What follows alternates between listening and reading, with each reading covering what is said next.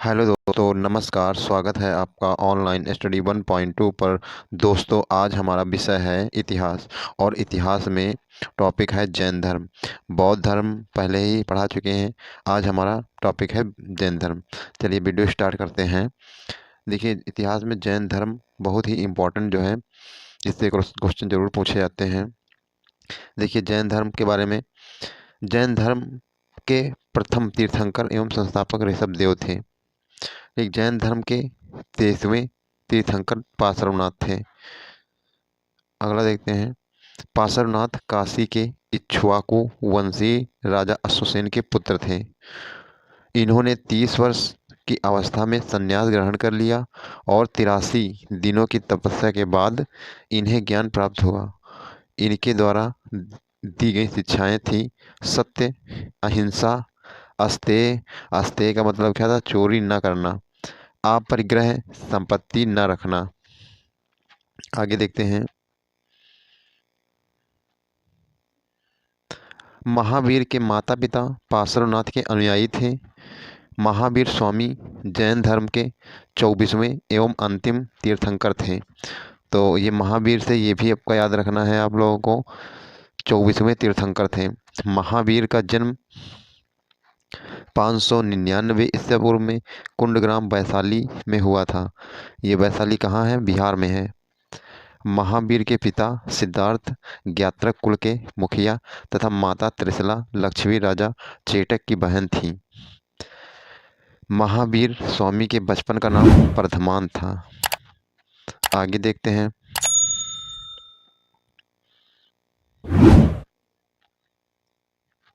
महावीर स्वामी की पत्नी का नाम यशोदा था और इनकी पुत्री का नाम अनुजा था, प्रियदर्शनी था।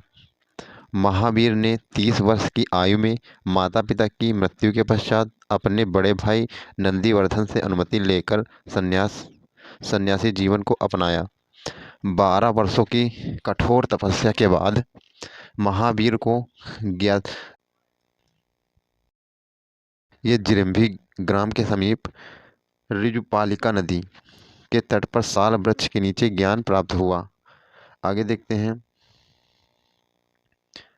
देखिए, ये बहुत इम्पोर्टेंट फैक्ट है। ज्ञान प्राप्त होने के बाद महावीर जिन विजेता, जिन का मतलब क्या होता है? विजेता। यानी अहर्त का मतलब होता है पूज्य, और निर्ग्रंथ मतलब होता है बंधन मुक्त कहलाए। तो कभी कभी ऐसे ही आपको पूछ लेता है कि अहर्त क्या था, तो पूज्य था। महावीर स्वामी ने अपना उपदेश प्राकृतिक यानी अर्धमगही भाषा में दिया। आगे देखते हैं।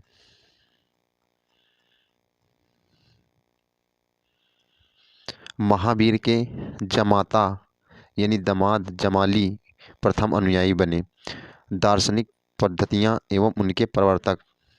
दर्शन है और उसके प्रवर्तक। सांख्य दर्शन के प्रवर्तक कौन थे? कपिल। योग के प्रवर्तक कौन थे? पतंजलि। न्याय के कौन थे? गौतम। और जो है न्याय के गौतम थे। और देखो, इसको छोड़ दो, ये ज़्यादा इम्पोर्टेंट नहीं है।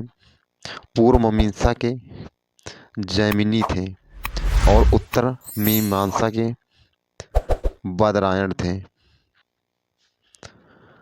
प्रथम जैन भिक्षुणी चंपा नरेश दधिवाहन की पुत्री चंदना थी। आगे देखते हैं। महावीर के 11 प्रमुख शिष्य थे जो कि गणधर कहलाए। इनमें से 10 की मृत्यु महावीर के जीवन काल में ही हो गई थी। महावीर की मृत्यु के बाद केवल सुधमर्ण जीवित थे। 72 वर्ष की आयु में महावीर की मृत्यु निर्वाण यानी 527 ईसा पूर्व में बिहार राज्य के पावापुरी में हो गई। तो इनकी मृत्यु भी अब बहुत इंपॉर्टेंट है। कब होती है? 527 ईसा पूर्व में। कहाँ पर होती है? पावापुरी में। आगे देखते हैं। चंद्रगुप्त मौर्य के शासनकाल के अंतिम वर्षों में मगध में 12 वर्षों का भीषण अकाल पड़ने के कारण भद्रबाहु अपने शिष्यों सहित कर्नाटक चले गए। भद्रबाहु के शिष्य दिगंबर। दिगंबर कौन थे? तो नग्न रहने वाले। एवं स्थूलभद्र के शिष्य श्वेतांबर थे। श्वेतांबर मतलब श्वेत वस्त्र धारण करने वाले थे, यानी सफ़ेद वस्त्र धारण करते थे। और देखिए इसमें जो है जैन धर्म के त्रिरत्न कौन कौन से? सम्यक दर्शन, सम्यक ज्ञान, सम्यक आचरण। महावीर ने 4 महाव्रतों में 5वां महाव्रत ब्रह्मचर्य जोड़ा, तो ये भी बहुत इंपॉर्टेंट है, ब्रह्मचर्य जोड़ा था महावीर स्वामी ने। जैन धर्म में त्रिरत्न के अनुशीलन में गृहस्थों के लिए 5 अणुव्रतों का पालन अनिवार्य है। फिर आगे देखते हैं, जैन धर्म आत्मा में विश्वास करता है, तो ये आत्मा में विश्वास करते थे जैन धर्म के लोग। और फिर यहाँ है जैन धर्म अनिश्वरवादी थे, यानी ईश्वर पर विश्वास नहीं रखते थे। जैन धर्म पुनर्जन्म एवं कर्मवाद में विश्वास रखते थे, यानी जो है ये पुनर्जन्म पर विश्वास रखते थे। जैन धर्म के सप्तभंगीनय ज्ञान के अन्य नाम संशयादवाद और अनेकांतवाद था, तो ये ज़्यादा इम्पोर्टेंट नहीं है। जैन धर्म मतावलंबी प्रमुख राजा उदयन और चंद्रगुप्त मौर्य, कलिंग नरेश, खारवेल और राष्ट्रकूट राजा अमोघ वर्ष आदि थे, यानी मतावलंबी थे राजा ये, उदयन, चंद्रगुप्त मौर्य, ठीक, ये सब थे। आगे कर्नाटक के श्रवणबेलगोला में मैसूर के गंगवंश के मंत्री चामुंड ने 10वीं शताब्दी में विशाल बाहुबली की मूर्ति गुप्तेश्वर का निर्माण करवाया था, तो ये कहाँ पर है? कर्नाटक में है। तो कभी कभी ये भी पूछ लेता है कि गोमतेश्वर मूर्ति कहाँ पर है, तो कर्नाटक में है, कर्नाटक में। भद्रबाहु द्वारा रचित कल्पसूत्र में जैन तीर्थंकरों की जीवनी का उल्लेख है, तो ये कल्पसूत्र पूछ लेता है, कल्पसूत्र किससे संबंधित है, तो ये जैन धर्म से संबंधित है। आगे अहिंसा जैन धर्म का आधारभूत बिंदु है, आगे देखते हैं।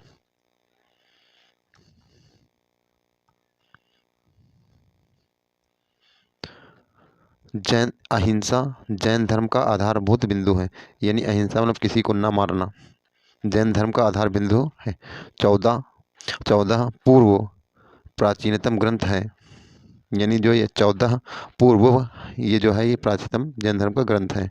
12 अंगों में जैन सिद्धांतों का संकलन प्रथम जैन सभा में किया गया था, तो आगे देखते हैं। कुछ तीर्थंकर हैं, वैसे तो 24 ही बने हैं, और जो 24वें थे तो महावीर स्वामी थे, ये देखिए 24वें जो थे तो महावीर स्वामी थे, ये देखिए। लेकिन हम कुछ देखते हैं स्टार्टिंग वाले और कुछ देखते हैं अंत वाले। तो इसमें से अगर हम देखें तो पहले कौन थे? पहले थे ऋषभदेव, और इनका प्रतीक चिन्ह क्या था? बैल। दूसरे कौन थे? अजीतनाथ थे, और इनका प्रतीक चिन्ह था हाथी था। और तीसरे थे शंभवनाथ, इनका प्रतीक चिन्ह घोड़ा था। और चौथे अभिनंदन थे, और इनका जो है प्रतीक चिन्ह बंदर था।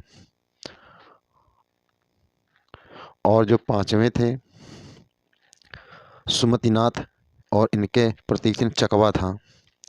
और फिर अब 5 तक का इसको याद कर लीजिए, 5 तक, ये 5 तक इम्पोर्टेंट हैं।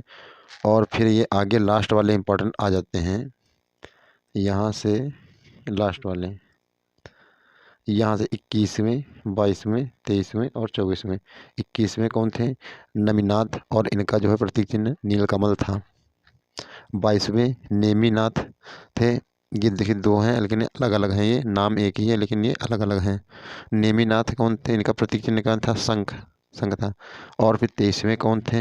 ये 23वें वाला मोस्ट इम्पोर्टेंट है, पार्श्वनाथ थे, और इनका जो है प्रतीक चिन्ह क्या था? सर्प था, सर्प फण, यानी सर्प का फन जो है, ये सर्प का फन सर्प था। और फिर आगे जो 24वें थे तो ये महावीर स्वामी थे, और इनका जो है प्रतीक चिन्ह सिंह था। आगे देखते हैं। जैन धर्म की जो कुछ जो है 2 संगीतियाँ हुई थी। संगीति मतलब वार्तालाप, क्या थी वार्तालाप? तो पहली अपनी बहुत मतलब पहली जो है जैन संगीत की थी 310 ईसा पूर्व में, और स्थान था पाटलिपुत्र में। और अध्यक्ष इसमें कौन बनाए गए थे? स्थूलभद्र को बनाया गया था। और शासक कौन थे? चंद्रगुप्त मौर्य थे। और इसमें कार्य क्या हुआ था? तो जैन साहित्यों की रचना हुई थी। आगे दूसरी जो जैन संगीति हुई थी, दूसरी 512 में हुई थी। और इसमें किस स्थान पे हुई थी? तो वल्लभी में हुई थी। और जो है इसके अध्यक्ष कौन थे? देवर्धि गणी थे, देवर्धि गणी थे।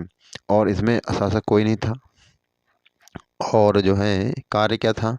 विलुप्त जैन ग्रंथों विलुप्त जैन ग्रंथों का नए ढंग से निर्धारण एवं संपादन करना था। आगे देखते हैं। आगे जैन साहित्य को आगम, ये भी बहुत मोस्ट इम्पॉर्टेंट क्वेश्चन है। यानी जो जैन साहित्य है उसको आगम कहा गया।